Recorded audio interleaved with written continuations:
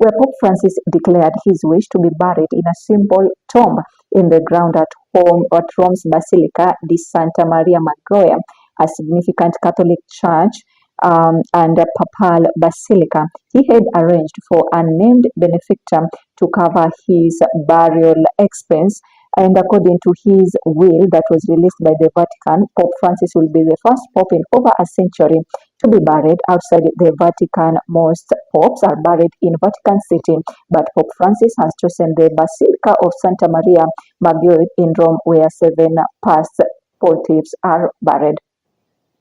And how will be the days ahead, and maybe how the days ahead will unfold. The Pope will be placed in a coffin, after which he will lie in state for several days until the funeral.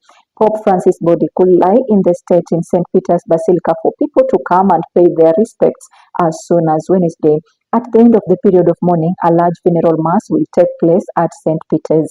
A secretive vote to elect the next pope is held within the Sistine Chapel, the home of conclave. The ball papers are burned after votes, with crowds waiting outside in St. Peter's Square for white smoke to rise from the chapel chimney, signaling a new pontiff.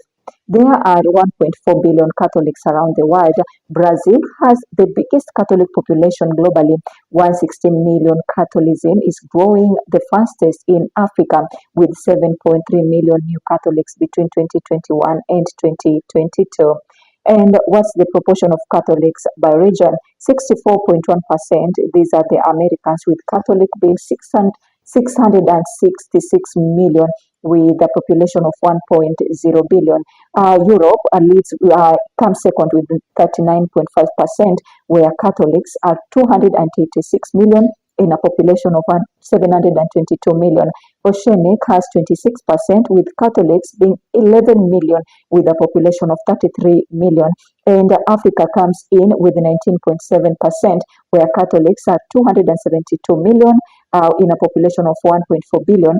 And Asia comes last with 3.3%, with Catholics being 154 million and the population in a population of 4.7 billion. Remember, this is the data that was collected in December 31st, 2022. Mary's Archbishop Anthony Muheria mourned the Pope as a servant of God of extraordinary qualities. The Archbishop called on the Catholic Church to offer daily masses for the Pope's soul for the next 7 days, as well as prayers and personal sacrifices in his memory. Today we have received the sad news of the passing on to our Heavenly Father's house of Pope Francis, beloved Pope to many, a Pope who was elected Pope in his old age, but caused an impressive impulse and impact in the church, opening our hearts, the church, to the marginalized, to the poor. A Pope who in many ways also exemplified simplicity, poverty, ordinariness.